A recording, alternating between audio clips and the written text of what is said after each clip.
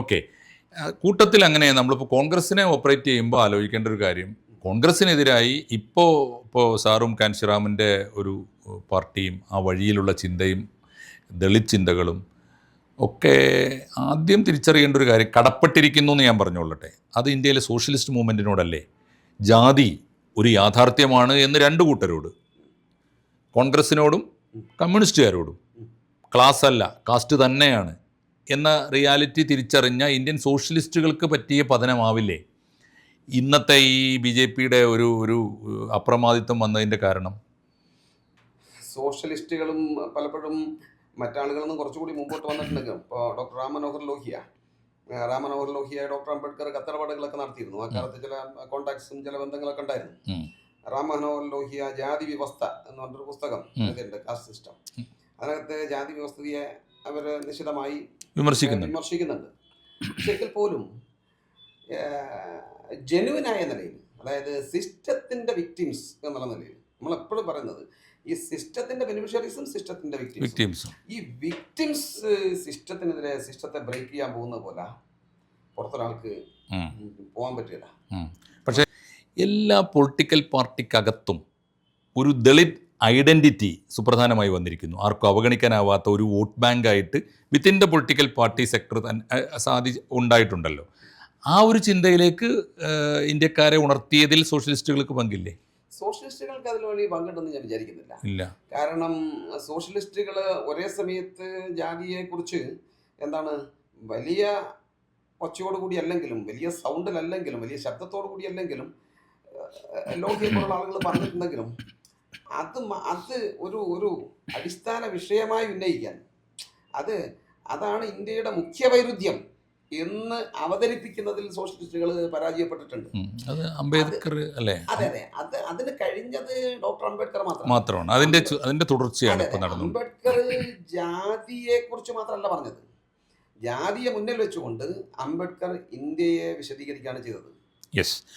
കേരളത്തിലേക്ക് വരുമ്പോൾ കേരളത്തിലെ കമ്മ്യൂണിസ്റ്റ് പാർട്ടികൾ, കേരളത്തിലെ ഏറ്റവും വലിയ പാർട്ടി ഇപ്പോഴും കമ്മ്യൂണിസ്റ്റ് പാർട്ടി അല്ലെങ്കിൽ CPM തന്നെയാണെന്ന് നമുക്ക് കരുതണം. ഒരു മുന്നണി എന്നുള്ള കണക്കെടുക്കുമ്പോൾ തീർച്ചയായിട്ടും. അപ്പോൾ ഈ അംബേദ്കറെ CPM ഉപയോഗപ്പെടുത്തുന്നതിൻ്റെ മീൻസ് സൈദ്ധാന്തികമായി അവരുടെ ഒരു വീണ്ടും വിചാരവും പാർട്ടി സമ്മേളനങ്ങളിലെ ചർച്ചയും തിരുത്തലും ഈ പറ്റിപ്പോയ അബദ്ധങ്ങൾ ഏറ്റുപറയലും ഒക്കെ കമ്മ്യൂണിസ്റ്റ് പാർട്ടി സത്യസന്ധമായി ചെയ്തിരുന്നൊരു കാലമുണ്ട് കേട്ടോ. അതിൻ്റെ ഒരു ചരിത്രത്തിൽ അത് ബോധ്യമുണ്ട്. അങ്ങനെ വരുമ്പോൾ ഇപ്പോൾ സ്വീകരിക്കുന്ന നയം അംബേദ്കർ, ഇപ്പോൾ ഞാൻ ഈ അടുത്ത കാലത്തൊരു മാർക്സിസ്റ്റ് സൈദ്ധാന്തികൻ്റെ പുസ്തകം വായിച്ചപ്പോൾ കണ്ടത്, ഇനി നമുക്ക് ഇന്ത്യയിൽ മാർസ് മാത്രമല്ല നമ്മുടെ വിമോചന മാർഗം. നമ്മുടെ വിമോചന മാർഗം 3 പേരാണ്. 1 ബുദ്ധനാണ്, 2 ഗാന്ധിയാണ്, 3 അംബേദ്കറാണ്. ഈ 3 പേരെ 3 ഐക്കൺസിനെ ഉയർത്തിപ്പിടിച്ചുകൊണ്ടല്ലാതെ ഇന്ത്യയിലൊരു വിപ്ലവ സ്വപ്നം പോലും സാധ്യമല്ല എന്ന് എഴുതി കണ്ടു. ഇത് ആത്മാർത്ഥമാണെങ്കിൽ എന്തുകൊണ്ടാണ് ഈ കാൻഷിറാമിൻ്റെ ബഹുജൻ പൊളിറ്റിക്സിന് അവരെ സ്വാഗതം ചെയ്യാനോ അല്ലെങ്കിൽ അവരുടെ മുന്നണിയിൽ ചേരാനോ ഒക്കെ മടിക്കേണ്ട കാര്യം എന്താണ്? ഇത് ആത്മാർത്ഥമായിട്ടല്ല എന്ന് 100% ബോധ്യമുള്ളത് കൊണ്ടാണ്. എന്തുകൊണ്ടാണെന്ന് ചോദിച്ചു കഴിഞ്ഞാൽ, ഇപ്പം ഞാൻ പറയും, ഒരിക്കലും പ്രകാശ് കാരാട്ട് പറഞ്ഞു, അദ്ദേഹം മരിക്കുന്നതിന് മുമ്പ്, അദ്ദേഹം പാർട്ടി CPMൻ്റെ സെക്രട്ടറി ആയിരിക്കുന്നത്, അദ്ദേഹം പറഞ്ഞു, യെച്ചൂരി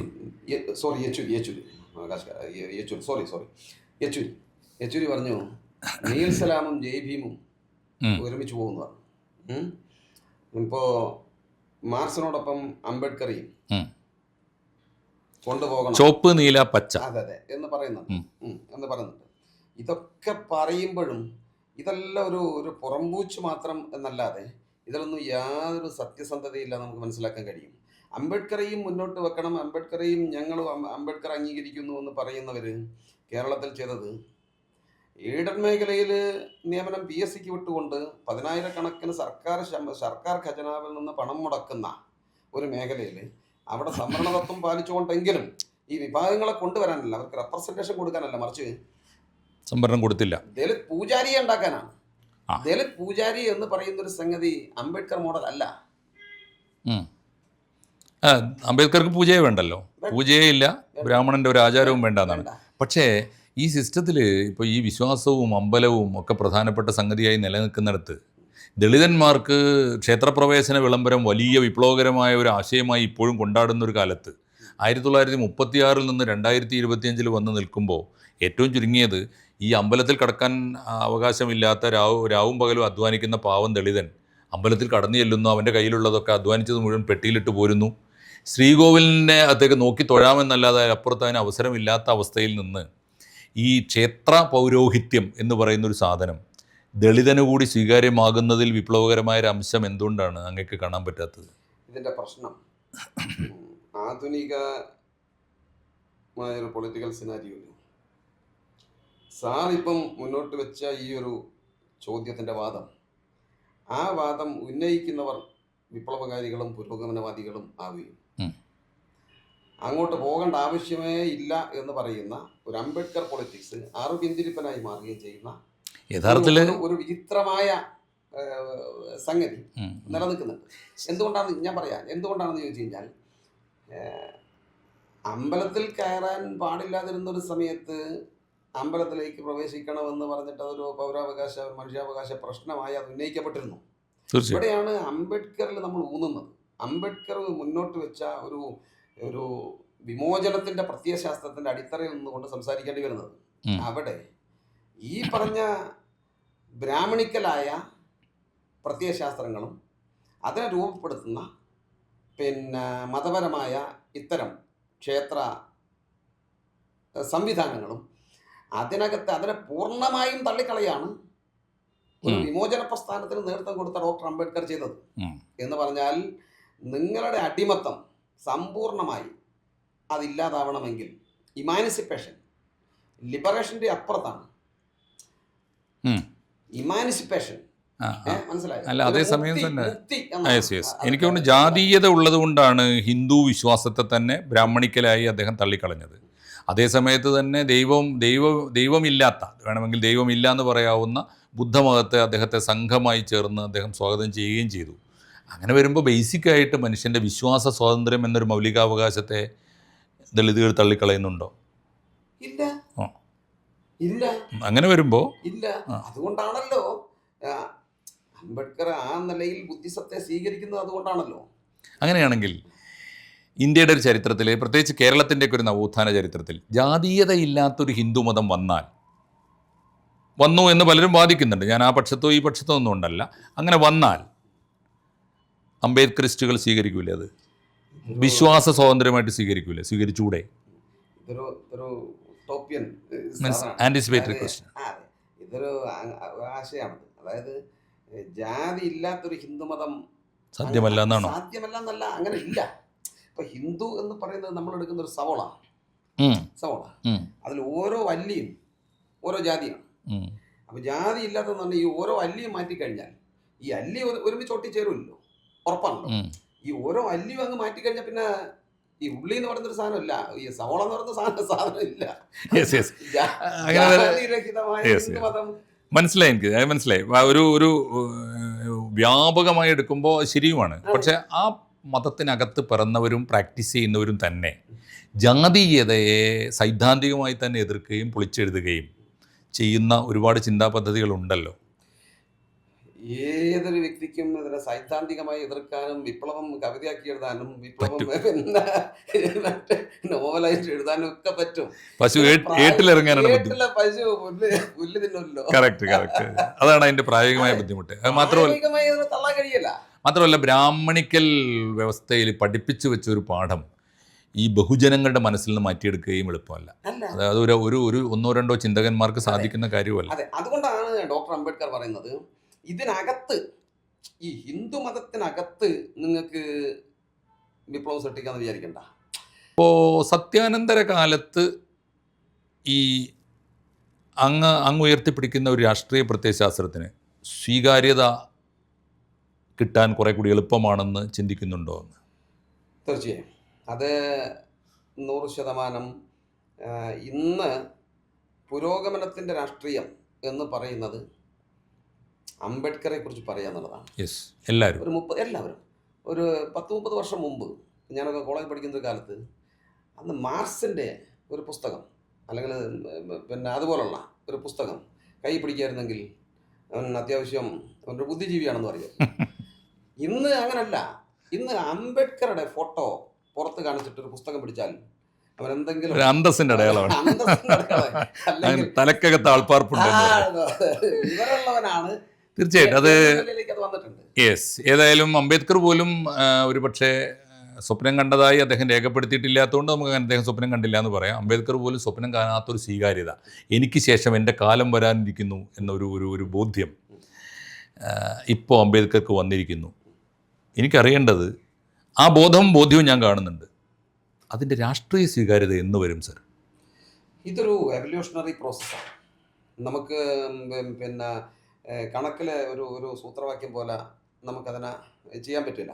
നമ്മൾ മുന്നോട്ട് പോവുക എന്നുള്ളതാണ്. പൊളിറ്റിക്സിൽ എപ്പോഴും അങ്ങനെയാണല്ലോ.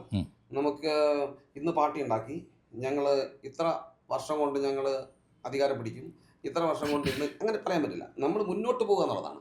മുന്നോട്ട് പോകുമ്പോൾ ഒരുപാട് പ്രതിസന്ധികൾ, ഒരുപാട് പ്രയാസങ്ങൾ, ഒരുപാട് വെല്ലുവിളികൾ നേരിടേണ്ടി വരും. അതിൽ വിജയം ഉണ്ടാവും, പരാജയങ്ങൾ ഉണ്ടാവും, ഇതൊക്കെ ഉണ്ടാവും. ഏതായിരുന്നാലും ഉയർന്നു വന്ന അംബേദ്കറൈറ്റ് പൊളിറ്റിക്സിൻ്റെ ഏറ്റവും പ്രകടമായ രൂപമാണ് ഇന്ന് കണ്ടുകൊണ്ടിരിക്കുന്നത്. ഇന്നലകളിൽ അംബേദ്കർ വേണ്ടാത്തവർക്ക് ഇന്ന് അംബേദ്കർ സ്വീകാര്യനാണ്. ഇന്നലകളിൽ അയ്യൻകാളിയെ ഞാൻ കേട്ടിട്ട് പരിചയമില്ല എന്ന് പറഞ്ഞ ആളുകൾക്ക് അയ്യൻകാളി ഇല്ലാതെ അവർക്ക് പോകാൻ പറ്റില്ല.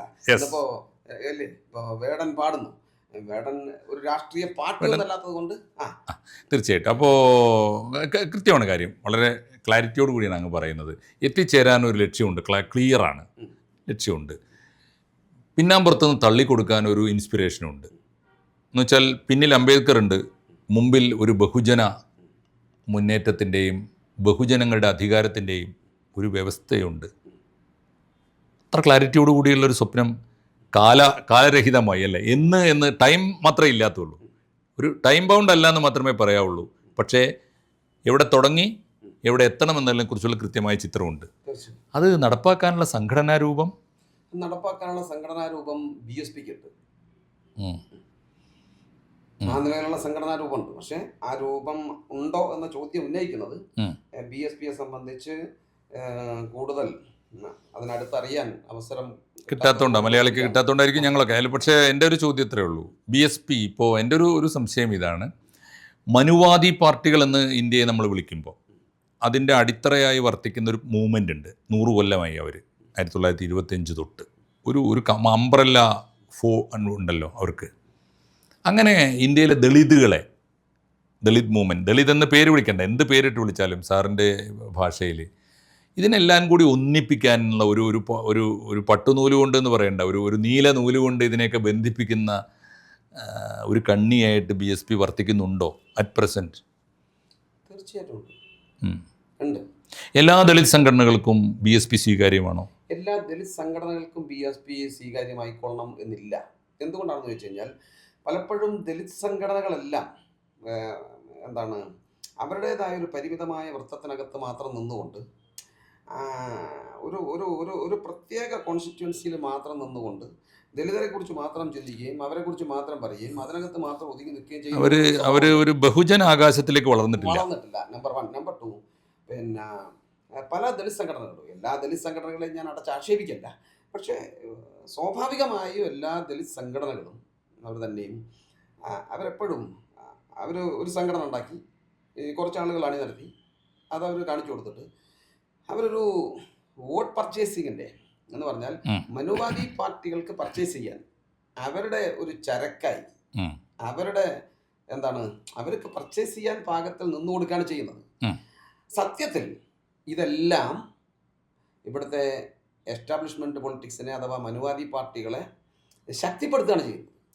ബഹുജൻ പൊളിറ്റിക്സ് എന്ന് പറയുന്നത് സുവ്യക്തമായ നിലയിൽ അതിനൊരു പ്ലാനിങ്ങും അതിനൊരു അജണ്ടയും ഈ പറഞ്ഞതുപോലെ നമുക്ക് എവിടെയാണ് എത്തേണ്ടത് എന്നുള്ളതിൻ്റെ അതിൻ്റെ ഒരു ലോജിക്കൽ എൻഡ് എന്ന് പറയും, അതും മുന്നോട്ട് വെച്ച് പോകുന്നൊരു മിഷണറി മൂവ്മെൻ്റാണ്.